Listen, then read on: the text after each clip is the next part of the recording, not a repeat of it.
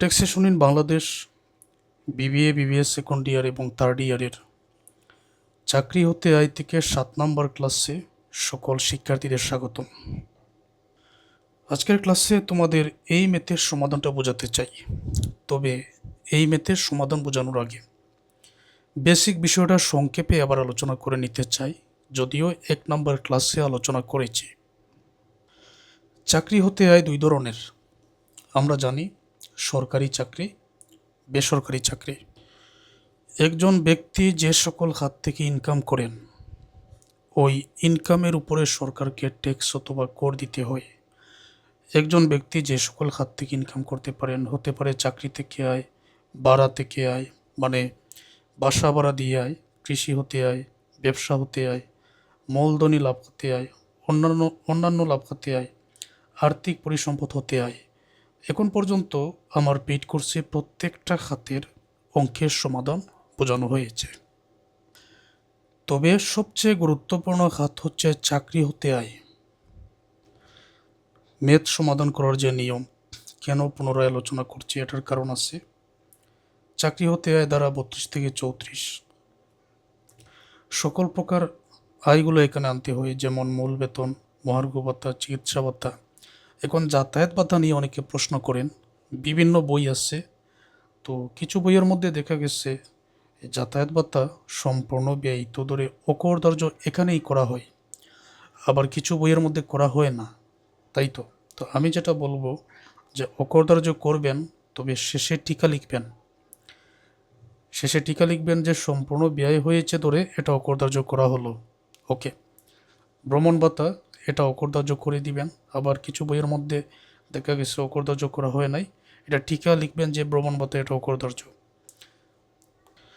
সকল আয়সমূহ যোগ করে চাকরি হতে মোট প্রাপ্ত বেতন যত হবে এর 1/3 অথবা 5 লক্ষ টাকা, যেটা কম সেটা এখানে আনতে হয়। তো অনেকে দেখা গেছে আগের বছরের পুরাতন বইগুলো ফলো করেন। আগের বছরে এই 5 লক্ষ টাকার জায়গায় ছিল 4,50,000 টাকা, আর নতুন নিয়মে এটা এখন হয়ে গেছে 5 লক্ষ টাকা। বুঝতে পারছো?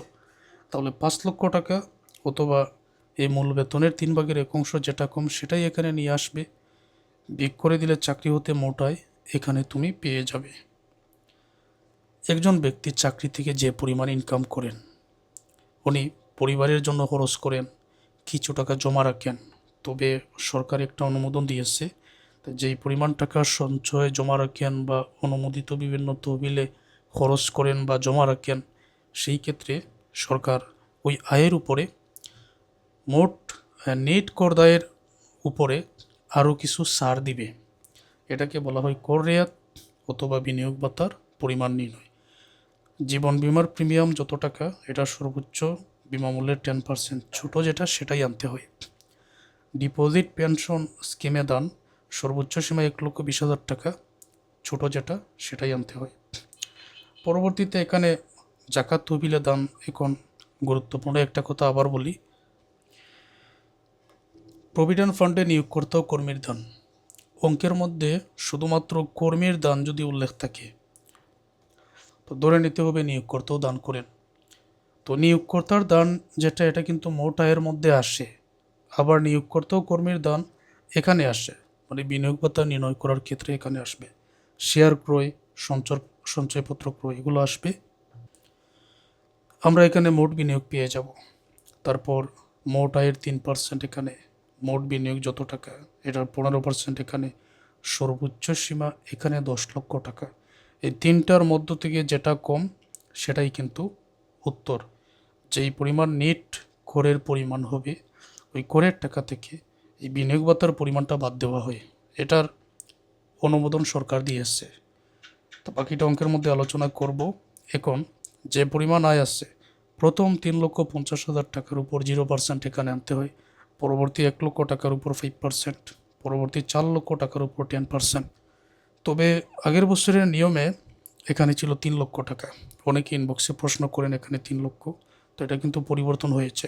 পরবর্তী 5 লক্ষ টাকার উপর 15%, পরবর্তী 5 লক্ষ টাকার উপর 20%, অবশিষ্ট যত টাকা থাকবে 25%। মোট কর দায় এখানে পেয়ে যাবেন। কর রেয়াতের পরিমাণ বলতে ওই যে বিনিয়োগের উপরে এখানে যে পরিমাণ টাকা বাহির হয়েছে এইটা তুমি বিয়োগ করে দিবে, তবেই নেট করদায় এখানে পেয়ে যাবে। এটা মূলত করদায়। ওকে, যদি কর রেয়াতের পরিমাণ না থাকতো এটাই কিন্তু নেট করদায় হতো। তো মোট করদায় থেকে এই কর রেয়াতের পরিমাণ, বিনিয়োগতার পরিমাণটা বাদ দিয়ে নেট করদায়টা এখানে পাওয়া হয়েছে। মূলত নেট করদায় থেকেই কিন্তু এই টাকাটা বাদ পড়েছে। প্রশ্নে বলা হয়েছে, ক্লাসটা একেবারে ফুল স্ক্রিন করে দেখো। জনাব আলম একজন চাকরিজীবী। 2025 সালের 30 জুন সমাপ্ত বছরে তার বেতন ভাতে আয় ছিল নিম্নরূপ: মূল মাসিক বেতন 65,000 টাকা, মহার্ঘ ভাতা মূল বেতনের 20%, দুটি উৎসব বোনাস প্রতিটি এক মাসের মূল বেতনের সমান। এক মাসের বেতন 65,000, তাহলে উৎসব বোনাস এটা এক মাসের মূল বেতনের সমান। তার মানে যে 65,000 টাকা আছে ওই 65,000 টাকা এটাকে 2 দ্বারা গুণ করব। দুটি উৎসব বোনাস বলা হয়েছে, প্রতিটা এক মাসের মূল বেতনের সমান, তাহলে উৎসব বোনাস এই 65,000কে 2 দ্বারা গুণ করে তারপরেই আনতে হবে। বাড়ি ভাড়া ভাতা মূল বেতনের 55%, যাতায়াত ভাতা মাসিক 6,200 টাকা, এটা সম্পূর্ণ ব্যয় হয়েছে ধরে আমি এটা অকর্তব্য করে দিব, একটু পরে আলোচনা করছি। চিকিৎসা ভাতা মাসিক 1500 টাকা, আপ্যায়ন ভাতা মাসিক 1200 টাকা এখানে আছে। তিনি অনুমোদিত প্রভিডেন্ট ফান্ডে মূল বেতনের 10% দান করেন। তিনি যেহেতু দান করেন, নিয়োগকর্তাও দান করেন, যদিও কথাটা এখানে উল্লেখ আছে, আমরা কিন্তু ধরে নিব নিয়োগকর্তাও দান করেন। নিয়োগকর্তাও সমপরিমাণ অর্থ ওই তহবিলে দান করেন, এটা যদি উল্লেখ নাও থাকতো তাও কিন্তু আমরা ধরে নিতাম। আয় বর্ষে তিনি 14.5% হারে উক্ত ফান্ডের সুদ বাবদ 50,000 টাকা পান। তো ফান্ডের সুদ বাবদ যে 50,000 টাকা পান, এটা থেকে অকরদার্য করার একটা নিয়ম আছে। কত টাকা? বার্ষিক মূল বেতন যত হবে তার 33% টাকা যদি এটার চেয়ে কম হয়ে থাকে তাহলে অকরদার্য। মূল কথা হচ্ছে বার্ষিক যে বেতন আছে যতই হবে সেটা আমরা এখানে অকরদার্য করব। তো এখানে সাধারণত মূল বেতনের 33% এই টাকার চেয়ে কম হয় না, সবসময় বেশি হয়। বাকিটা আমরা অঙ্কের মধ্যে জানব। কমিশন ও ফিস 53,000 টাকা আছে। 2024-25 আয় বর্ষে তার খরচসমূহ ছিল নিম্নরূপ: 5 বছর মেয়াদী সঞ্চয়পত্র ক্রয়, ডিপিএসএ দান প্রতি মাসে 500, সরকারি কল্যাণ তহবিলে দান প্রতি মাসে 110, যৌথ বিমা পলিসিতে দান প্রতি মাসে 80, পারিবারিক ভরণ পোষণ খরচ 37,000, এটা দেখার প্রয়োজন নাই। জাকাত তহবিলে দান 5,300 টাকা। সংশ্লিষ্ট বছরে বেতন খাতে তার মোট আয় করদায় নির্ণয় করো। 2025 সালের 30 জুন সমাপ্ত বছরে তার বেতন খাতে আয় ছিল নিম্নরূপ। এটার জন্য প্রথমে মোট আয় নির্ণয় করতে হয়। করদাতা জনাব আলম, কর বর্ষ 2025-2026, আয় বর্ষ 2024-25। হিসাবটা যেহেতু 2025 সালে দেওয়া হয়েছে, তো 2025 থেকে এক বছর বাড়িয়ে এটা হলো কর বর্ষ। আর 2025 সালের হিসাব যেহেতু 2024 জুলাই থেকে শুরু হয়েছে, মানে যে কোনো বছরের কর নির্ণয় করার জন্য মনে করো চলতি বছরে কর নির্ণয় করা হবে, তাহলে আগের বছরের জুলাই 1 তারিখ থেকে এটা শুরু, আর চলতি বছরের জুন মাসের শেষ। এখানে কিন্তু টোটাল 12 মাস আছে, ঠিক আছে। তো 2025 সালে হিসাব দেওয়া হয়েছে, তার মানে এটা আয় বর্ষ 2024 এই জুলাই 1 তারিখ থেকে শুরু, আর 2025 থেকে পরবর্তী বছর 26 পর্যন্ত এটা কর বর্ষ বলে গণ্য হবে। চাকরি হতে আয় দ্বারা 32 থেকে 34। এখন আমি এক এক করে এখানে তোমাদের লিখে বোঝাই কি কি আছে দেখো। মূল বেতন মাসিক 65,000 টাকা, আমি 12 দ্বারা গুণ করে নিয়ে আসব। মহার্ঘ ভাতা মূল বেতনের 20%, মূল বেতন যা হবে তার 20% আলাদা করে আমি বাইর করে নিব। দুটি উৎসব বোনাস, ওই যে এক মাসের বেতনকে 2 দ্বারা গুণ করে নিয়ে আসব। বাড়ি ভাড়া ভাতা মূল বেতনের 55%, যাতায়াত ভাতা মাসিক 6,200 টাকা 12 দ্বারা গুণ করে সম্পূর্ণ অকরদার্য করে দিব ব্যয় তো ধরে। চিকিৎসা ভাতা মাসিক 1,500 টাকা, আপ্যায়ন ভাতা মাসিক 1,200 টাকা, এগুলো 12 দ্বারা গুণ করে আনতে হবে।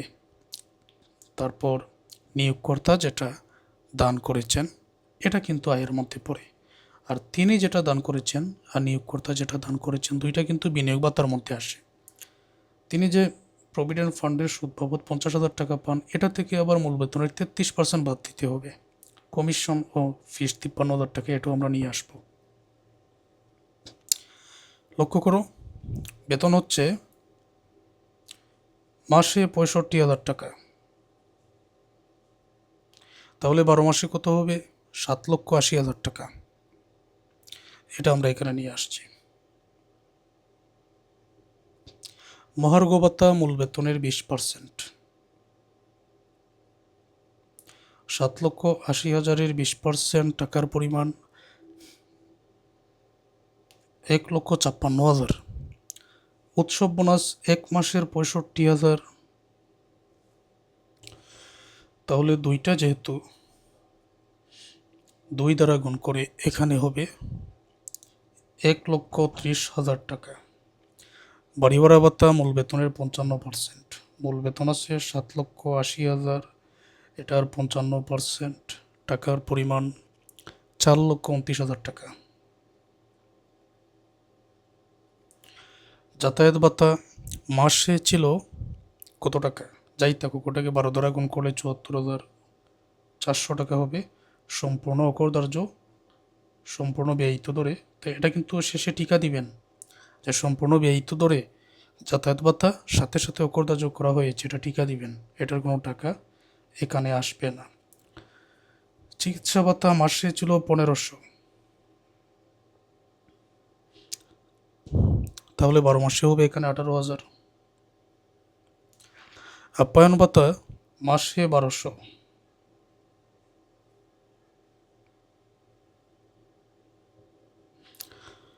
মাসে 1200, তাহলে 12 মাসে হচ্ছে এখানে 14,400।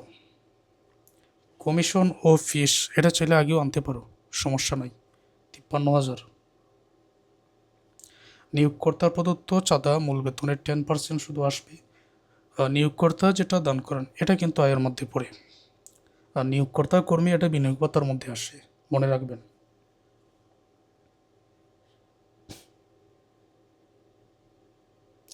$7,80,000-এর 10% এখানে কত হবে? 78,000 টাকা। অনুমোদিত প্রভিডেন্ট ফান্ডের সুদ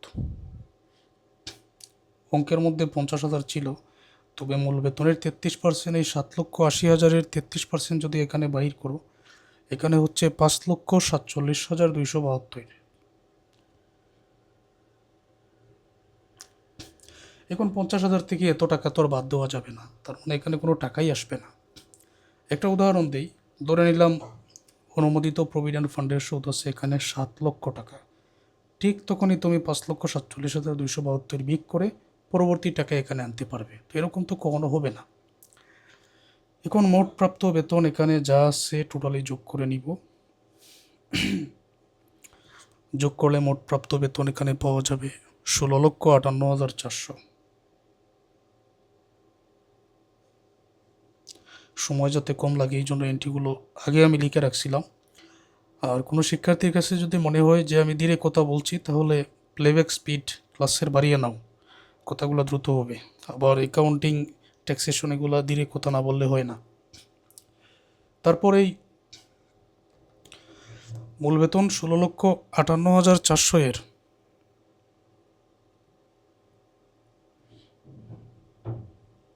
16,58,400 এর 3 ভাগের 1 অংশ কত হবে? 5,82,800। 5,82,800 টাকা অথবা 5 লক্ষ টাকা, যেটা কম। কম তো এখানে 5 লক্ষ, এটা বিয়োগ করো, চাকরি হতে মোট আয় পাওয়া যাবে 11,58,400। 11,58,400, ওকে। চাকরি হতে মোট আয় বাইর করলাম। এখন বিনিয়োগ ভাতা অথবা কর রেয়াতের পরিমাণ আনতে হবে। তো এখানে কি কি আসে? 5 বছর মেয়াদী সঞ্চয়পত্র যেটা তিনি ক্রয় করেছেন, এই সঞ্চয়পত্র এটা কিন্তু অনুমোদিত, 1 লক্ষ টাকা আমি নিয়ে আসবো। ডিপিএসে দাম প্রতি মাসে 500, তাহলে 12 দ্বারা গুণ করে এটা আনতে হবে, 6,000 হবে। আবার এটার সর্বোচ্চ সীমা 1,20,000 আছে, কম যেটা ওইটি আসে। সরকারি কল্যাণ তহবিলে দান প্রতি মাসে 110 টাকা। তো সরকারি কল্যাণ তহবিলে দান প্রতি মাসে 110 টাকা, এটা 12 দ্বারা গুণ করে আনবো। যৌথ বিমা পলিসিতে দান 80 টাকা, 12 দ্বারা গুণ করব। এখানে এই যে পারিবারিক ভরণ পোষণ, এটা তো আর সরকারের দেখার প্রয়োজন নাই, এটা আনা যাবে না, এটা আমরা আনবো না। জাকাত তহবিলে দান 5,300 টাকা, এটা তো আসবে। এই জাকাত তহবিলে দান 5,300, এটা আমরা নিয়ে আসবো। তো মোটায় করদায় নির্ণয় করার জন্য মোটায় তো বাহির করলাম, এখন বিনিয়োগ ভাতা নির্ণয় করছে, তো এগুলো নিয়ে আসবো। আর ওই যে নিয়োগকর্তা আর তিনি যেটা দান করেন, উভয়ের টাকা আসবে।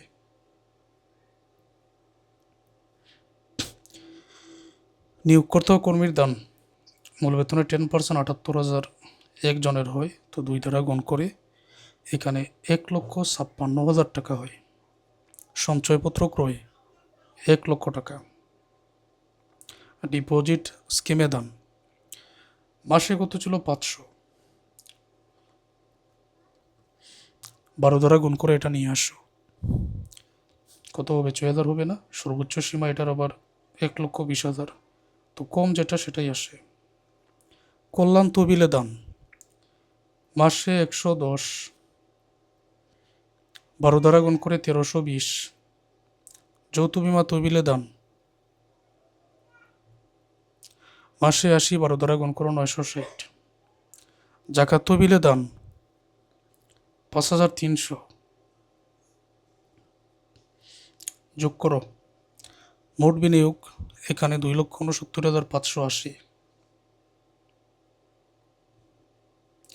2,69,580 মোট বিনিয়োগ। ওকে, এখন মোট যত আয় আছে এখানে 11,58,400 আয় আছে না, এটার 3%। আর এই যে মোট বিনিয়োগ পেয়েছি এটার 15% বাইর করো। 11,58,400 এর 3% কত হবে? 34,752। বিনিয়োগের 15%, বিনিয়োগ আছে 2,69,580 গুণ 15%, টাকার পরিমাণ হবে এখানে 40,437। সর্বোচ্চ সীমা 10 লক্ষ, কম যেটা সেটাই নিয়ে আসো। এই 34,752 সেটাই উত্তর।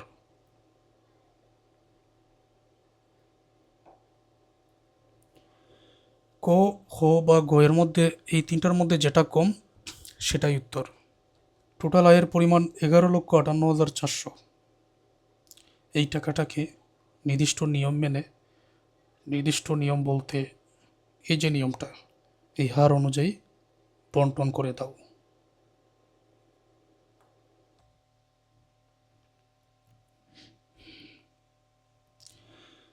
প্রথম 3,50,000 টাকার উপর আমরা জানি 0%, তাহলে টাকা হবে এখানে 0। পরবর্তী 1 লক্ষ টাকার উপর আমরা জানি 5%, তো এখানে হবে 5,000। পরবর্তী 4 লক্ষ টাকার উপর 10%, টাকা হবে 40,000। এখন বাকি রইল কত? টোটাল আমার প্রয়োজন 11,58,400। 3,50,000 আর 1 লক্ষ, 4,50,000, আরও 4 লক্ষ যোগ করলে 8,50,000। তো 11,58,400 থেকে 8,50,000 বাদ দিলে এখন পর্যন্ত 3,08,400 কিন্তু বাকি।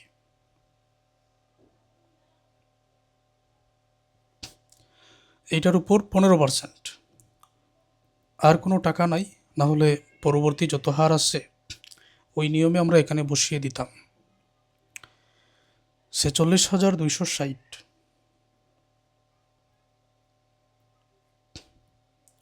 এটা হলো মোট করদায়। টোটাল যোগ করো 91,260। বিনিয়োগ ভাতার পরিমাণ এই যে উপরে বাহির করেছি 34,752 আছে না, এটাই করে টাকা থেকে বিয়োগ করা যায় 34,752, এটা বিয়োগ করো। এটা বিয়োগ করে অবশিষ্ট এখানে যা থাকবে সেটাই নেট করদায়। 91,260 থেকে 34,752 বিয়োগ করলে 56,508, এটাই উত্তর।